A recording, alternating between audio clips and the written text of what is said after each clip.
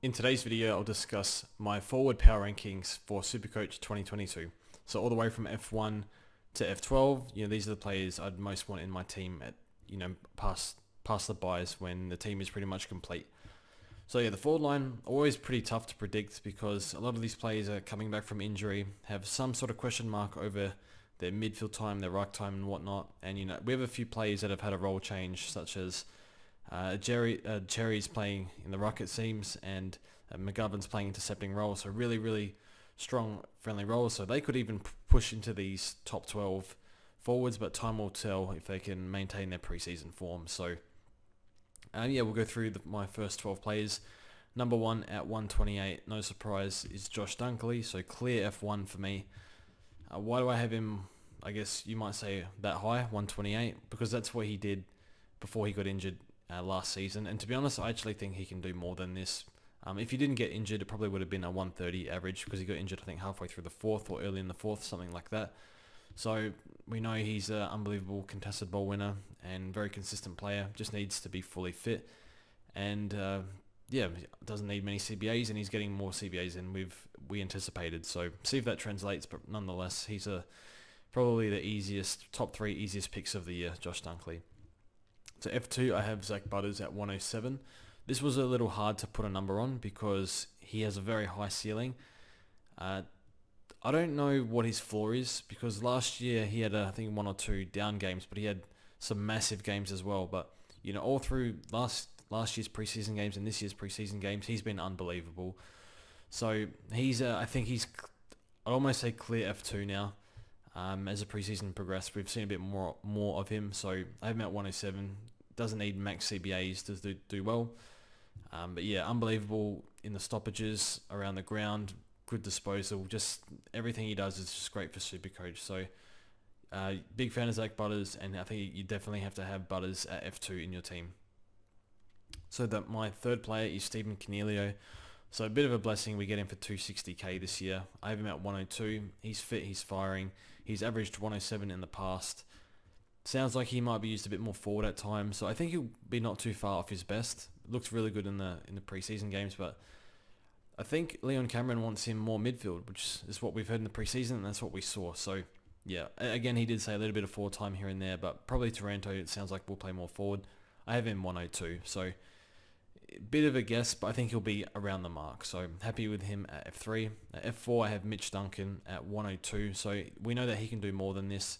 To be honest, I'd rather have him much lower than this. I can't stand the Duncan pick, but he's had calf issues for months now. But he didn't have much preseason last year, and he scored really well. So no doubting his scoring ability. They want the ball in his hands a lot. So I have him at 102. If he had a full preseason, I'd probably have him 105 plus. But again, with injuries, we're just kind of guessing, what sort of Duncan we're going to see. So is he a bit underdone early? So yeah, definitely has a scoring ability, but who knows how he goes when he comes back. So he can sit at F4 for now, and as we do the ranks throughout the year, we will reassess where he's at. So put him at F4 for now. F5 and F6, I have equal Isaac Heaney and Tim English. So I'm a big fan of the Isaac Heaney pick. It's quite hard to pick anyone, I think, outside of Dunkley and Butters at the moment, just because of the mid prices that have come up, and there's still some good cheaper options as well, or good rookies in the forward line that have popped up. So it's very hard to fit probably an extra premier here with all the cash generation we can make up forward. But if I had to pick another one, it'd probably be Isaac or Tim English. So with Isaac, we know he's playing mid and forward this year. Played a lot forward in the second preseason game. I'm not sure why, but coaches have, Dean Cox and Horse have both said that they want him midfield and forward.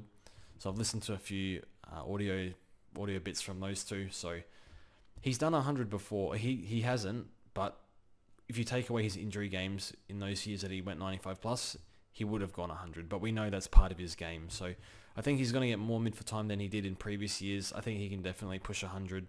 Might start slow with Papley out. Not too sure how that works, but we know he can have those massive games. And a fully fit Isaac Heaney is something that I think the competition has been waiting for. So see how he goes. So I think he's still a solid pick at a very cheap price. Equal at F5 or F6 here is Tim English. I have him at 100. So my concerns around Tim English are, well, if they have an injury, say if Norton goes down, Norton's a very reckless player, so if he goes down, I think they have to send, most likely they send English forward, and there goes the Tim English pick most likely. So that probably tanks his average a bit.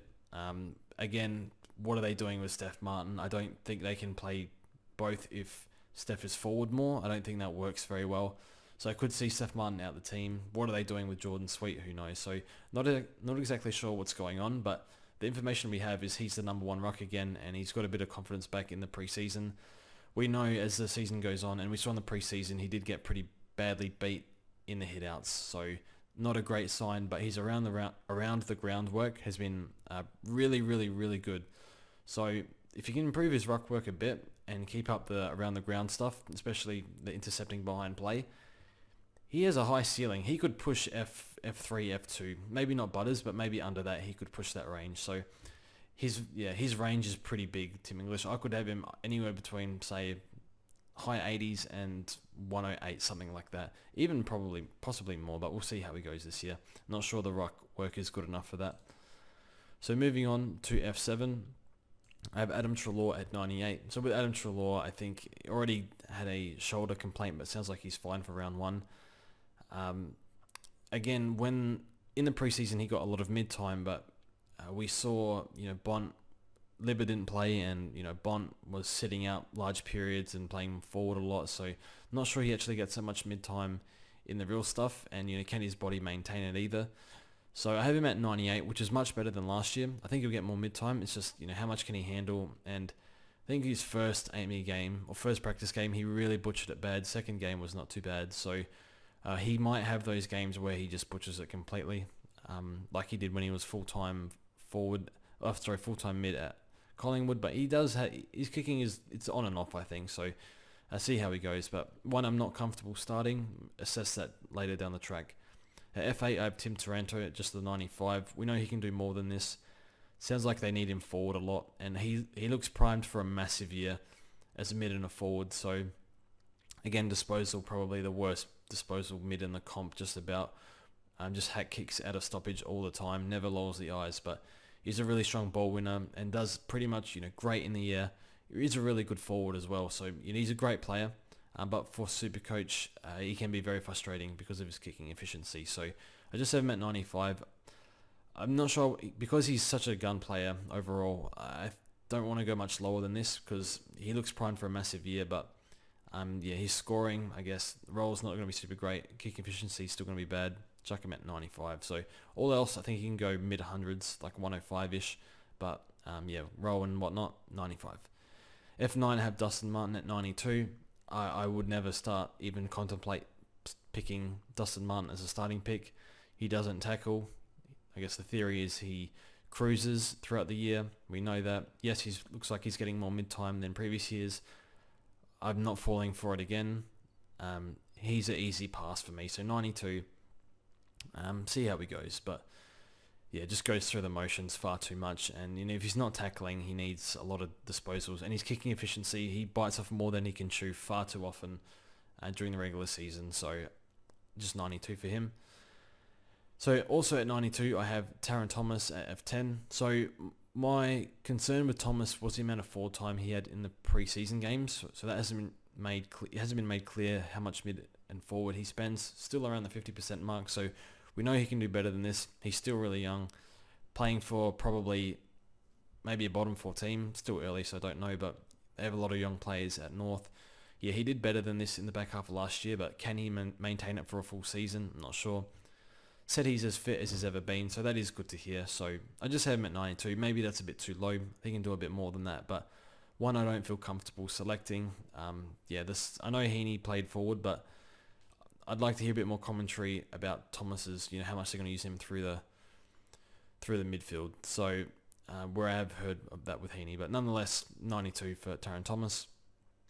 F11, Tom Hawkins. Don't think he'll be a relevant pick this year.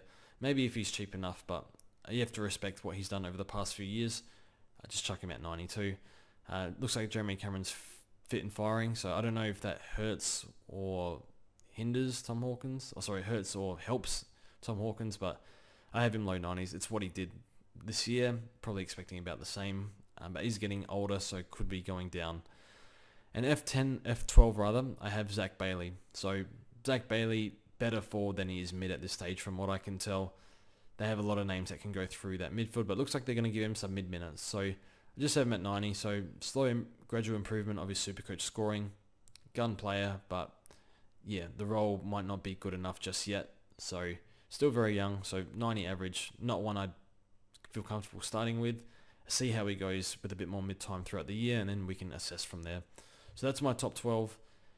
Forward line, this will no doubt get a massive overhaul in the next few weeks as we reassess, what players look like in their roles exactly. So in their mid split, stuff like that.